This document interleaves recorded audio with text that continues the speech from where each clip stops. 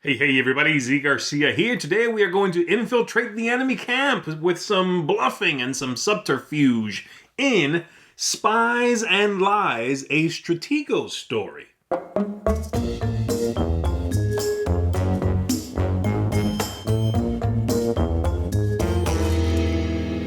This is a two-player only card game in which you are going to be playing several cards face down on your side of a board. Your opponent will do the same, and then you try to guess, having a few pieces of information, which cards they played down. If you do that, you are going to advance up on their camp. If they are able to do it back to you, or trick you, or make you guess incorrectly, then they'll advance up on yours, okay? And that's basically it. You play 3 rounds of that, and you see who the winner is. This is based on, as it says, Stratego, or at least it's sort of inspired by Stratego, though I would not say you have to like one to like the other. I don't think they go that hand in hand. And you don't need to know how to play Stratego, or even be familiar with it for you to understand or play this one. Let's go ahead and show you how it works, cut to the table, and then we'll come on back after that, and I'll tell you what I think of it. This is what the game looks like, mostly set up for the 2 players, with the final step of having to lose one random card from our hand. So the opponent would just pluck a random card from your hand, put it over here so that you don't have access to it for this first round, okay? So we will do that, and then we are ready to begin. So let me explain what it is we are doing, how we are going to attempt to win, all of that. So the game's, the players rather, are attempting to move this double agent piece into the opponent's land and hopefully be able to then capture their flag. If I am able to do that as blue, then I win the game. If I cannot do that by the end of the 3rd round, and neither player can do that, then whoever's land this ends up in will lose, of course. So if I'm able to push it just to there, let's say, and the game ends with it sitting right there, then I still win. But I might be able to end the game prematurely if I can actually capture the flag, okay? This would move to this spot. No matter how many more spaces it would move, it will stop there. And then if it would move a further time, then I will capture the flag. That's what we are attempting to do. And my opponent, of course, is trying to do the same thing to me. Now, this will usually move by gathering these infiltration points, and when we hit 10, this will be pushed towards the opponent. A number of steps equal to the round in which we are playing. Though there are a couple of different ways for it to move. We'll come back to that, okay? And then once this hits 10 and that double agent is pushed, this will reset. And we can work up towards it again to, once again, push it, okay? So what are we doing in each of these 3 rounds? Well, we already lost a card. Now we are going to look at our hand of cards here, and we are going to select 4 of them. We can do this simultaneously, by the way. We'll select 4 of them to attack our opponents with.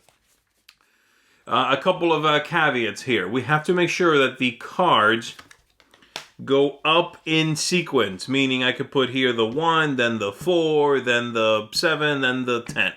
I can do that. With, again, each of these cards having some special rules that are going to bend and break some of those core concepts.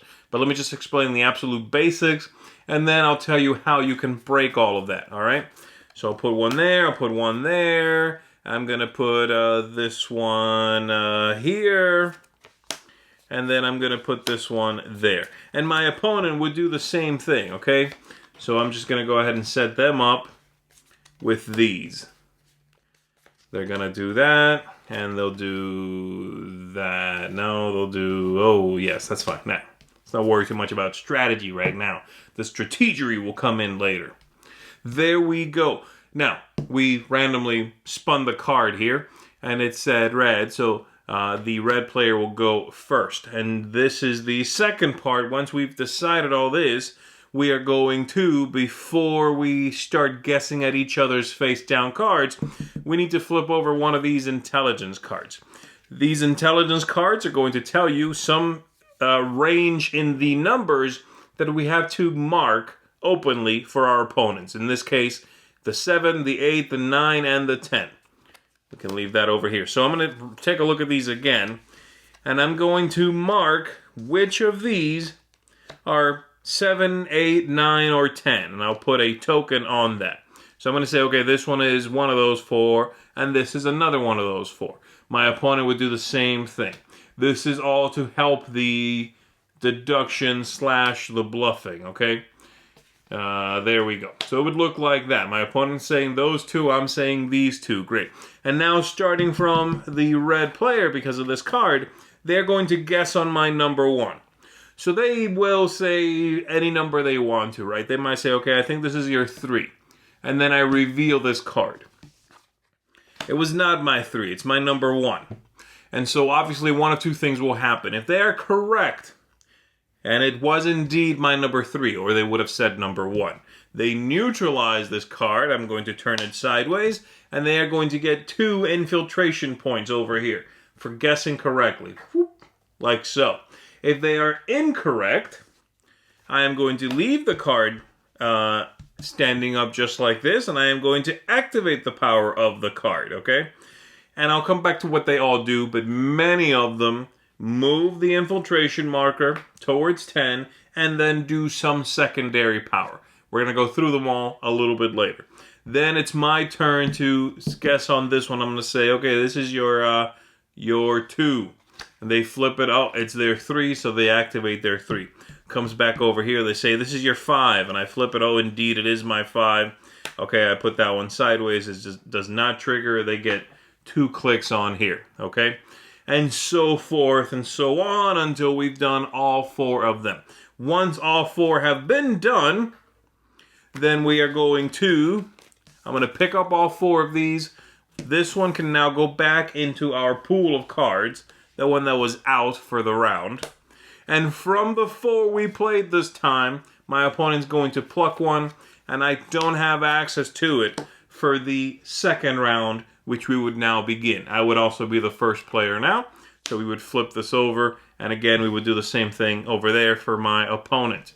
Also, we would, so again, just to restate what we just did, I'm going to select now from all the cards I have, except the one I lost here, 4. I'm going to put them down. I have to make sure the numbers go up in sequence, though I can certainly skip numbers.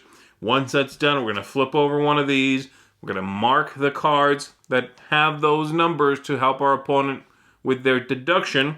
And then we are going to take turns guessing, advancing, taking special abilities.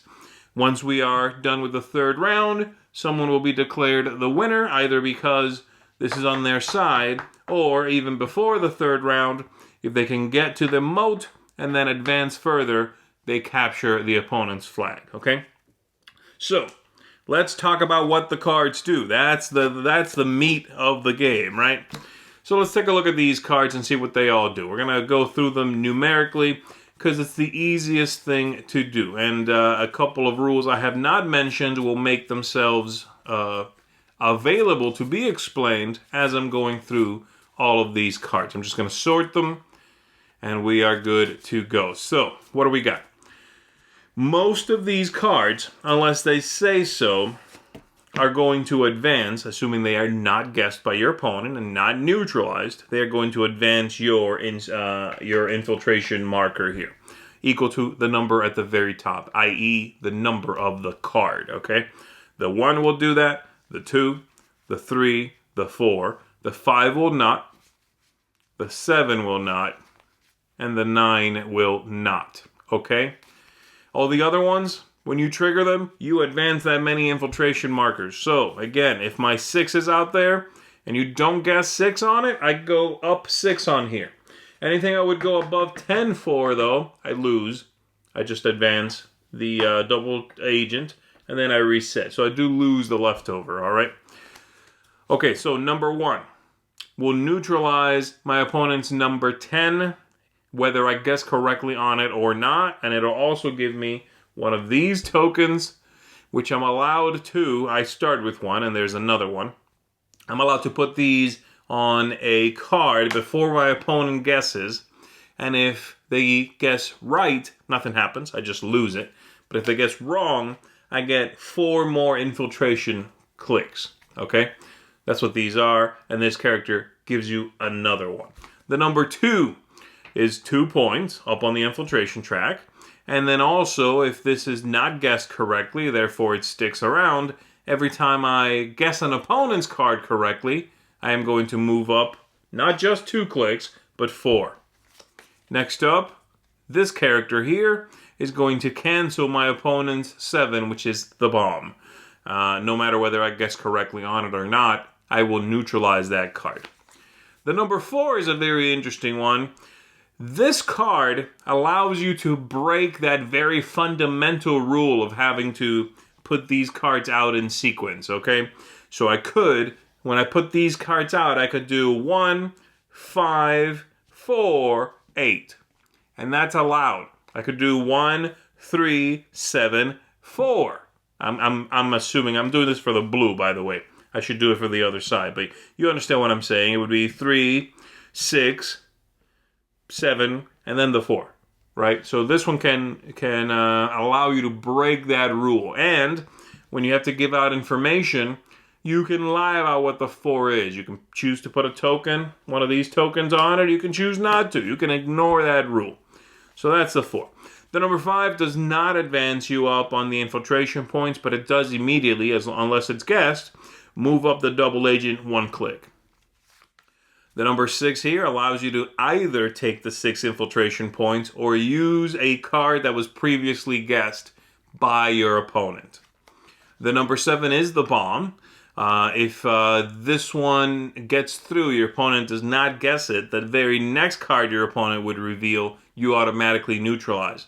And in fact, if you guess the card correctly, you both neutralize it and you get to remove 2 of their 4 cards and set them aside for the next round. That's what the bomb does. The 8 over here is the one card that's going to let you go above 10 and keep the difference. So if I'm here and this one gets through, and let's assume it's a second round and this is here. I get this one through. I'm going to go 1, 2, 3. I push this twice because it's the second round. 4, 5, 6, 7, 8. Whereas normally I would lose that, okay? The number 9 also does not move the infiltration, but it's much like the 5. It pushes this twice if it works. And then the number 10 moves you up 10 clicks, but you may instead give yourself 5 on here and pull your opponent back 5 on these respective infiltration tracks. That might be a better move, especially if you're near the 10. If I am here, my opponent is, let's say, there. I would much rather do the bottom thing because I can still make it to 10, not have a bunch of points wasted, and pull them back, right? So that's what that does. And that's basically it. I think at this point you understand everything. You play the 3 rounds. You either win automatically by capturing the flag, or you just end the game with the double agent here in your opponent's side of the board. In this case, the red player would win. That's all there is to it. Let's go ahead and go back up top. Let me tell you what I think of it. So that is Spies and Lies. I wasn't sure what to think of this one when I first saw it, but the cover attracted me. It caught my eye. I liked the look of it. I thought a 2-player only game would be fun. It tends to be one of my favorite kinds of games. So I went into it not sure what to get, and I came away enjoying it more than I thought I would, I gotta say. I think this is a neat game. I would recommend it. Let's go ahead and break it down, shall we? A couple of things I'm not thrilled about, and they are important in the grand scheme of things regarding this game. The first one is replay value. Replay value here is going to be okay. I don't think it's terrible. I think you can definitely keep coming back to the table. I think playing with the same person several times in a row, or at least sort of keeping the same opponent, will lead to interesting double think. Usually they expect me to think that they put the 4 in that final spot, but it actually is the seemingly obvious card. So I'm going to guess the seemingly obvious card, but maybe they know that by now I'm thinking that, and so on, right? So having played with the same person a lot, that's neat. Still, replay value is okay. You do see every single little thing in every game. There's not wildly different sort of ways to win. You'll do it's sort of a small game, and so the replay value, I think, reflects that. The other thing is the game arc. It has a weird push and pull feeling of 3 rounds not feeling satisfactory, not feeling like a complete package. And yet, I don't want the game to be any longer. It's about 30 minutes, and that's good. I like the 30-minute play time on this. I think that's exactly where it needs to be. But only picking cards, only doing the bluffing, only doing the double think part 3 times just doesn't feel like enough. So I think the game arc is a little quirky because of that. You know, once I'm done playing, I feel like I'm missing something. I kind of want to play again, but I don't necessarily want to go for a whole other 30 minutes. It's hard to put your finger on, or for me to put my finger on what I'm attempting to express here. Just suffice it to say, the game arc feels a little strange. It feels a little underwhelming, okay? Having said that, I like the game. I like everything else about it. I like the theme. You might think that I wouldn't, but I do. You know, I like the idea of sort of slipping behind enemy lines, spies, traps, bombs, think and double think. It works well in this game. I like the way that comes across. The aesthetics are very lovely. I like the card quality. I like the board. The little plastic towers are a cute touch. They work well. Everything looks and works, smoothly. I do wish that and I think I had this written down for later, but I do wish that the player aids were a little more robust. I'll come back to that. But yeah, I just wish they were a little more comprehensive. They sort of remind you of what the rule is, but that's about it. And they could have been a little better, the player aids. The ease of play, like I said, player aids could be a little bit better, but other than that, the game's very easy to play. There's a lot of little rules, for sure. This is the kind of game that if you do put down for a while, you'll have to relearn a decent percentage of the entire package, right? Because so much of the entire package is those special abilities on the cards. Like, hey, what's the 6 do again? It lets you re-trigger, you take the 6 thing, and that or, by the way, is not explained in the symbol. It just looks like you do both, but it's an or. You take the 6 clicks, or you activate another card that got guessed by your opponent previous to this one. Okay. Guys, so you have to relearn a bunch of those cards. Some of them will be obvious. Some of them you'll be like, oh, yeah, the 5 pushes the central tower one time. I got it. Some of them, not as much, okay? So just be aware of that. Still, the ease of play, I think, is good. Barring the sort of having to relearn such a tiny game. Lastly, tactics, luck, strategy. At the end of the day, is there luck? Yeah. There's bluffing? Yeah. It's very tactical? Yes. You're trying to trip up your opponent? Absolutely. Is it fun? Does the mix of tactics and luck and it's not really strategy, right? I mean, long-term plan, that's not a thing. But anyway, tactics and luck, does that mix, does that combination, that stew, make fun? I think it does. I like the way this game looks. I like the way it plays. Am I enamored by it? No. Is it one that I can wholeheartedly recommend? No. I would say if you are a fan of light 2-player games, you enjoy your bluffing, it's one you're thinking you might be playing with younger adults or maybe teens who don't mind learning all the cards. They're like sort of used to gaming, having a bunch of little rules. Then yes, I think they're going to enjoy it. I myself enjoyed it.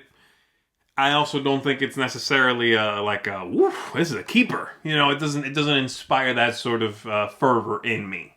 Still, I like it. So this is going to get a 6 out of 10 from me. That's good. I recommend it.